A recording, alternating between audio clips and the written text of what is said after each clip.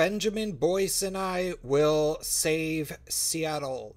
Hey, it's Prince of Queens, and really, I'm just doing my little Friday preview reminder that we're doing the Gaytriarchy show over on the channel, the Gaytriarchy Podcasts, which is easy enough to find. I'll put it in the description, so go check it out at 8 p.m. I'm going to be playing a game where we're all going to be taking the political compass test, and I will be drinking when I'm confused and conflicted about a question, like when I'm particularly annoyed by a question. And if I decide that I simply cannot answer the question, which will happen because it's happened every time I've tried to take one of those political compass tests, I will take a shot and then just move on. I'll take a shot and fill out whichever one is the closest, and then I'm going to move on because I'll be annoyed. So that's going to be the game. And Feral Cat's going to be joining us again. So it'll hopefully be a pretty fun show. That said, I had brunch. No, what's the meal between lunch and dinner that happens at 3 p.m.?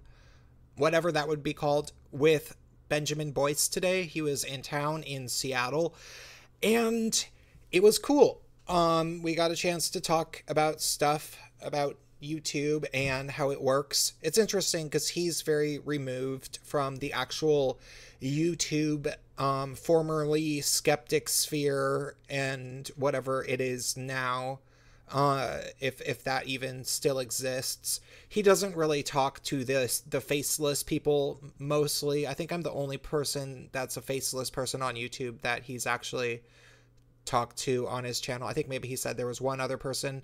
I don't remember. But, you know, I have very specific reasons for being faceless that are actually pretty long.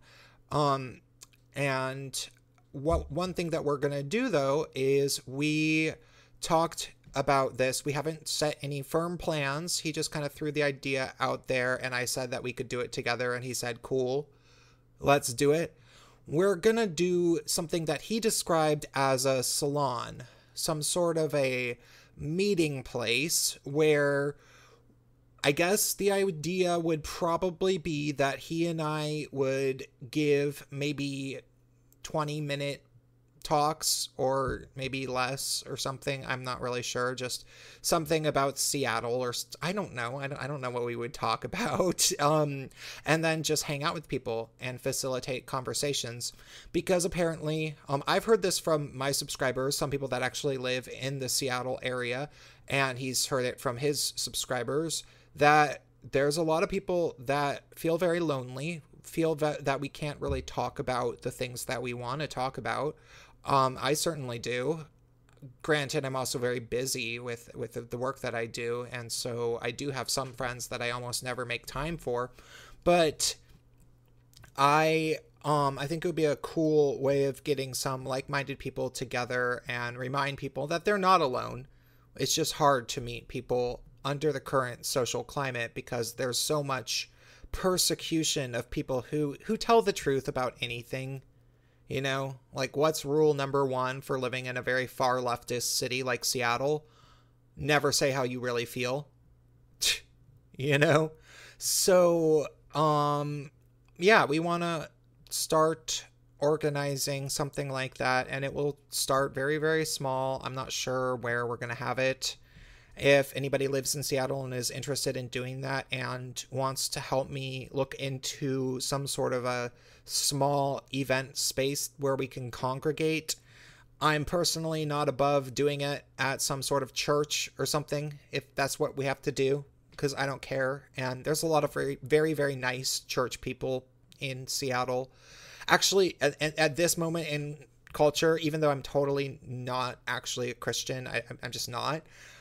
I'm way more fine with Christian people than I am with feminist, radical leftist type people. And I realize that there's a lot of overlap in Seattle, but I feel like church people at least have a moral compass based around this notion of trying to be a good person and trying to forgive people and do the teachings of Christ and that kind of a thing. What is the religion of the faithless left? You know, what is this weird version of communism, Marxism, New Age, quasi-spirituality that's some bastardization of Hinduism and Buddhism, and Burning Man, the year's going to end in the year 2012. Oh, wait, it didn't. Well, I guess we're in the age of Aquarius, and also we're all going to be communists at the same time. Meh. Except for we're actually all terrible people who treat each other like garbage. Awesome. If that's the option, I'd rather be around people at a church, and I think that they'd be fine with us too, even though it's not like I'm a Christian. I'm able to come up with logical reasons to behave in a way that is somewhat similar to what Christ probably largely talked about on my own. But if people are relatively good at sticking to the Christian thing, then I'll probably be fine with them. But if people are relatively good at sticking to the radical leftist New Age spirituality communist thing, I'm not going to be fine with them. Because whatever that thing is always changing. And every time it grows a new head, that head becomes vicious and disgusting within a few years. If it even started out at all nice. So, yeah. Benjamin Boyce and I, we're going to probably figure something out. If you're interested in this something, please do let me know. Let Benjamin know. I it's funny. I was thinking about it, and I wanted to have a sort of a meetup in Seattle.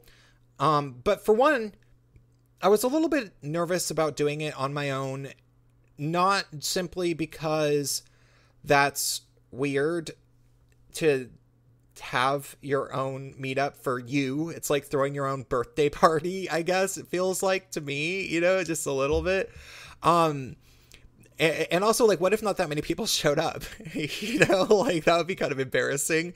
But even more than that, it'd be like, what is this thing? Is it some gay guy thing? Is it some gay guy event? Because I know I have straight people who watch my channel that live in Seattle, and they tell me like, hey, I'm not gay, but I really like your channel and I live in Seattle. You said you lived here. And sometimes I don't even answer them because I don't know, I get paranoid about people. I'm like, maybe I shouldn't tell them.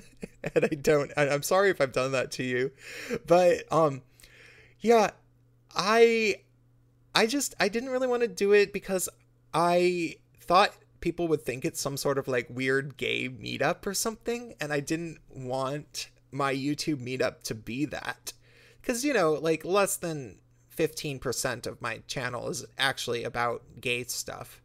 It's only a pretty small fraction of my channel is directly about gay stuff. It's mostly not.